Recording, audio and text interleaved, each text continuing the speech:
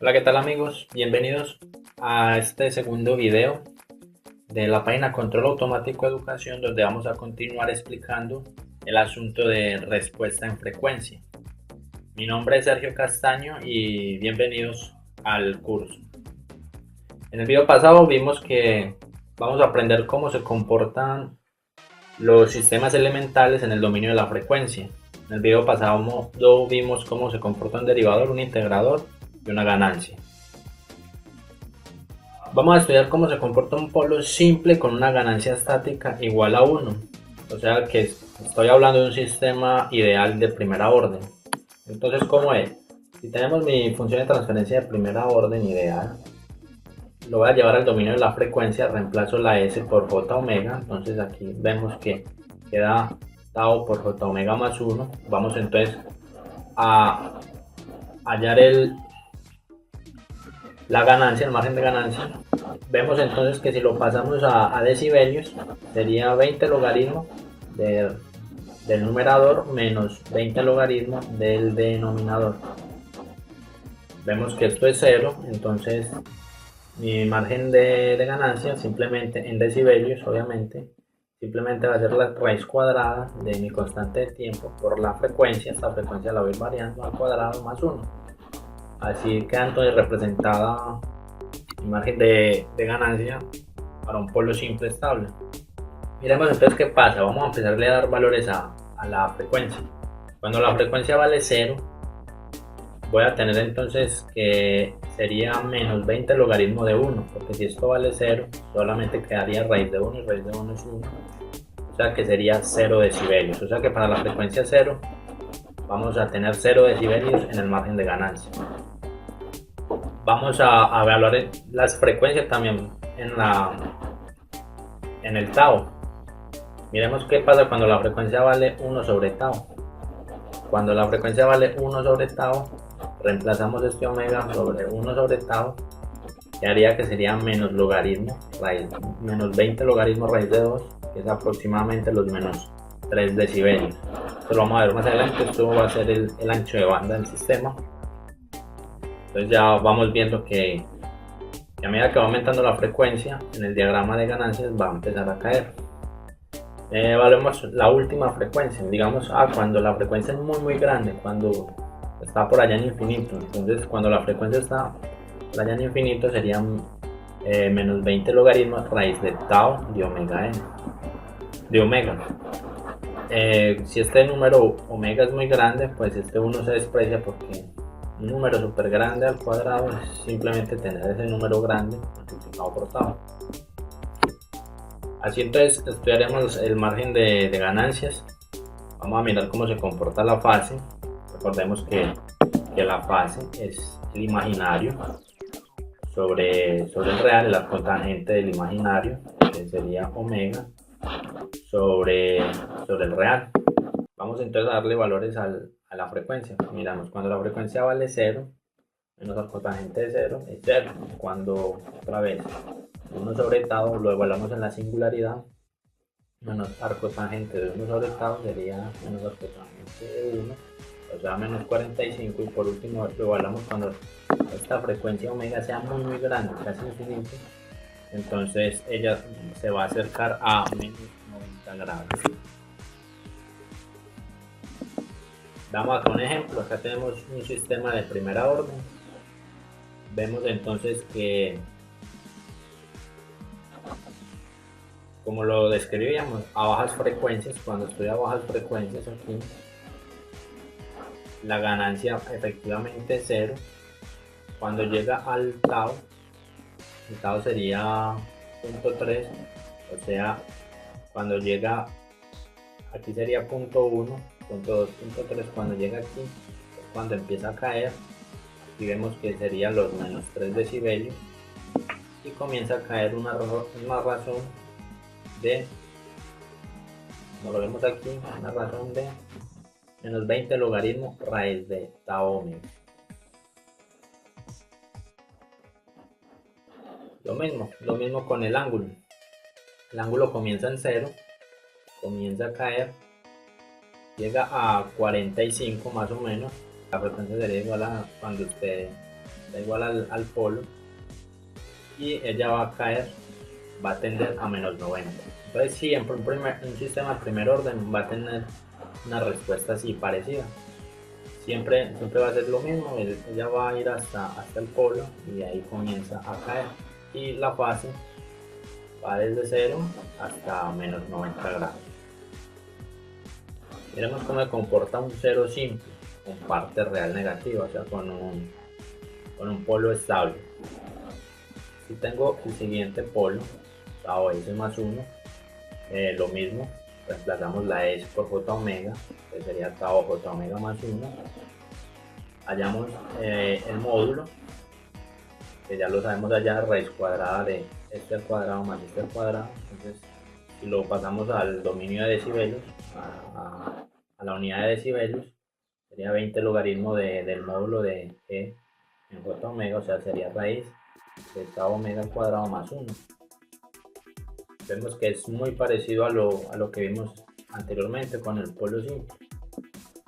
Acá lo mismo, evaluamos omega en 0, veríamos que entonces que comienza en 0 decibelios, cuando está en la singularidad 1 sobre tau, llegaría a 3 decibelios, aquí la diferencia es que ya es positivo, y cuando tiende a infinito, es exactamente igual al polo simple, pero positivo.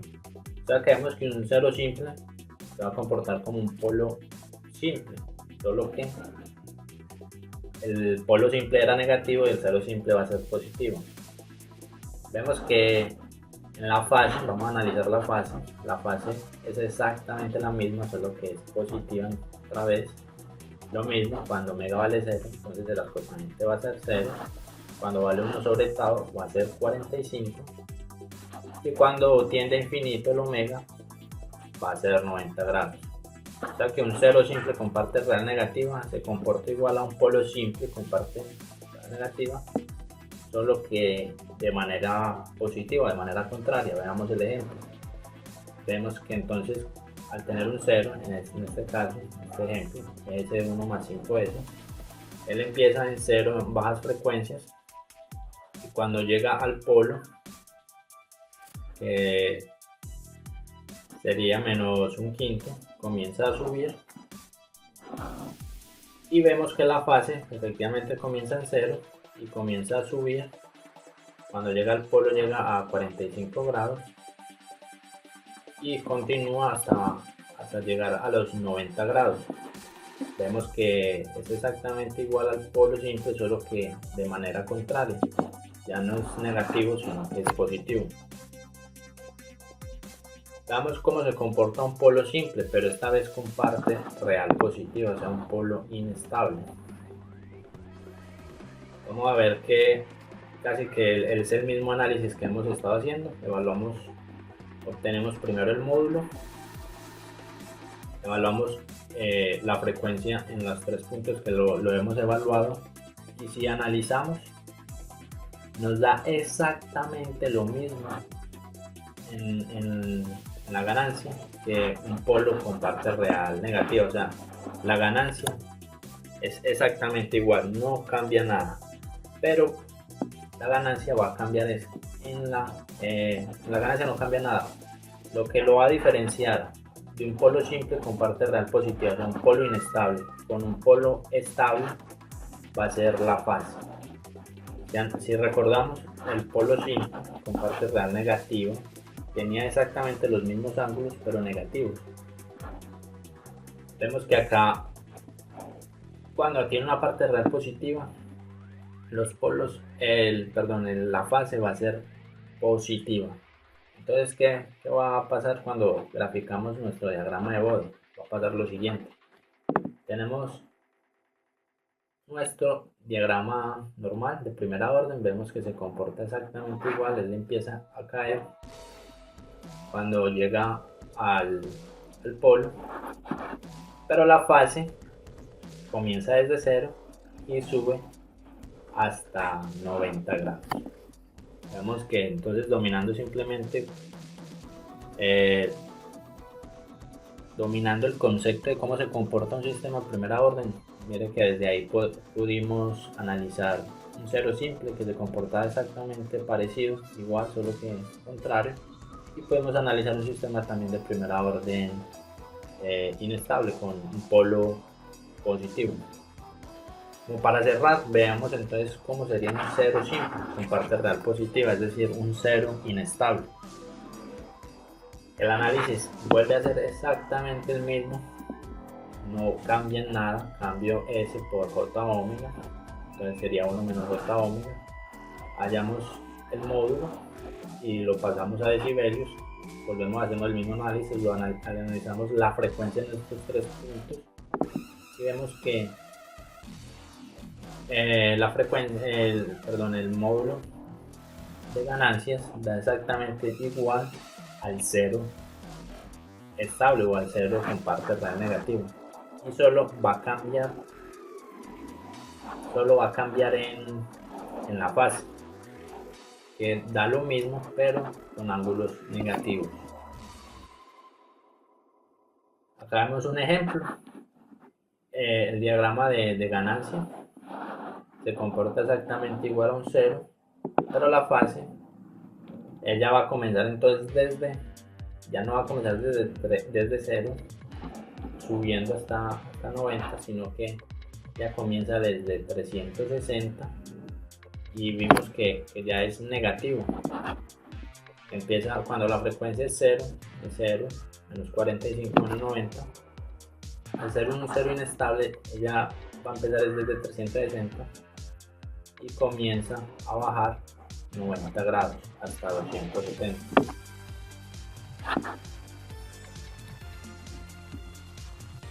Sería algo así como decir que esto serían 360 menos 0. Lo mismo que sería 360 menos 45. Y así, lo mismo aquí, 360 menos 90. Vemos entonces que exactamente cuando tratamos sistemas de primera orden se comportan muy parecido, el análisis es igual, simplemente es reemplazar en estas tres frecuencias, cuando la frecuencia vale 0, cuando la frecuencia es igual a 1 sobre octavo, cuando la frecuencia va al infinito.